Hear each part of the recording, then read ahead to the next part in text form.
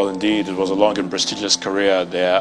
So what were the highlights? What would you say were the highlights of the late Lieutenant General Attahiru? There are three things we could look at. We could look at the schooling, we could look at the medals and awards he won, and then we look at his career and how he made those progress. But let's take a look at a lot of what he learned and what made him a standout leader. And if we look at where he studied, starting from Nigeria, went to the National Defense Academy. And if we focus on that, we'll see how the progress was made. In Nigeria,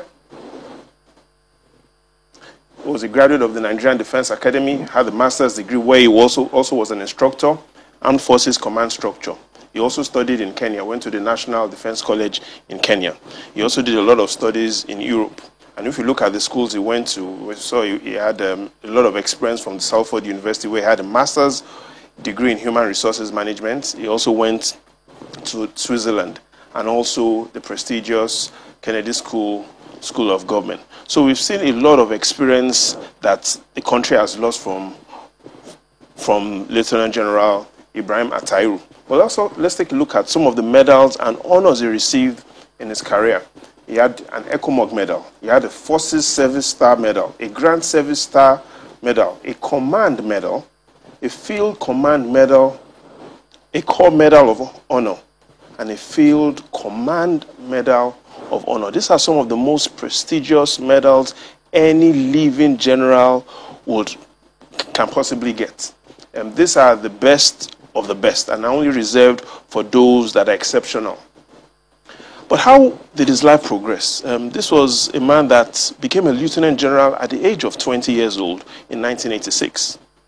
And so from 1986, we see him progress. First lieutenant, captain, became a major, a lieutenant colonel, a brigadier general, a major general, before ending as a 3-star lieutenant general. So we've seen in all, we've lost experience.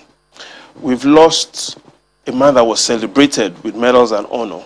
And we've lost a man that had one of the most remarkable career progression from a young man of age 20 to passing away on Friday at age 54.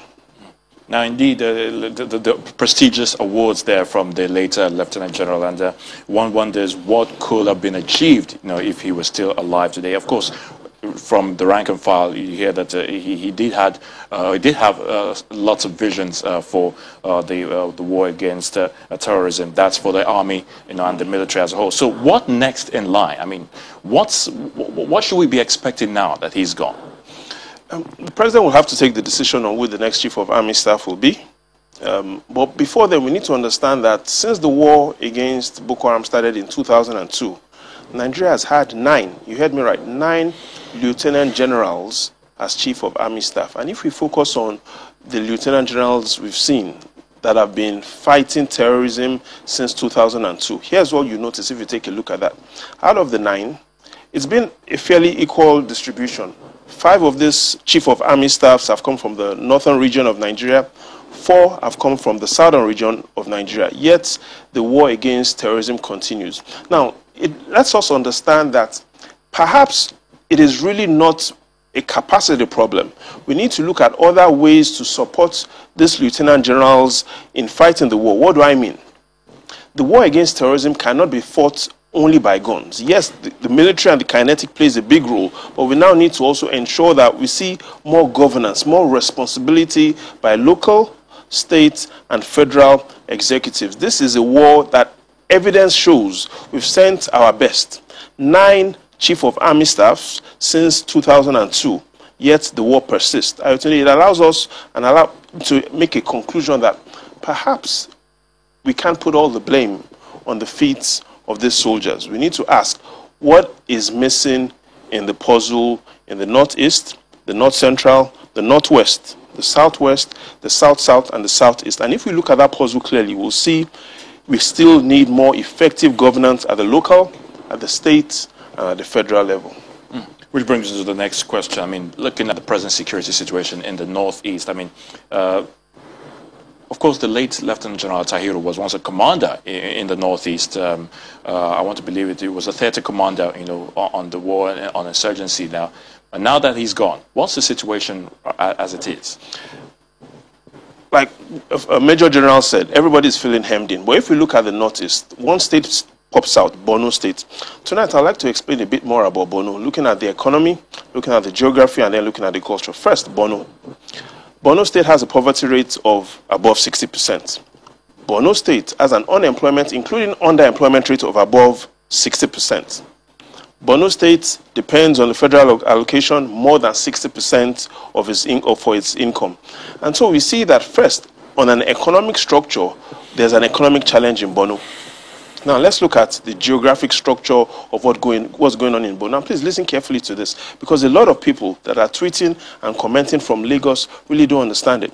Borno State is 16 times, you heard me right, 16 times the size of Lagos. There's a local government in Borno State called Dambuwa. Just this one local government in Borno, out of Borno's 27 local governments, one local government is bigger than Lagos State. Think about that for one moment. One local government in Borno State is bigger than all of Borno. And so looking at what's going on in Lake Chad, 3 local governments stand clear: Kukawa, Abadam, Mate. Now, these local governments are close to the Lake Chad, and we see a lot of fighting going on here. We see a lot of local tension, we see Kanuris, we see a lot of people that are frustrated due to the things I talked about: poverty, ideologies of religion, unemployment and underemployment, and not being satisfied with the quality of governance. And so we see a lot of jihadist fights and a lot of challenges across a lot of local governments in Borno, but most of these challenges come from Borno North, where a lot of fighting is still going on. So in the final analysis, we need to remember the words of late Lieutenant General Ibrahim Attairu, and that is, for us to control insurgency, we need to start by making sure that insurgency doesn't control us. Deep, interesting thoughts there. Babajide Ogunsanwo, our data scientist and information consultant. We thank you for your thoughts on the news attack. The pleasure is all mine.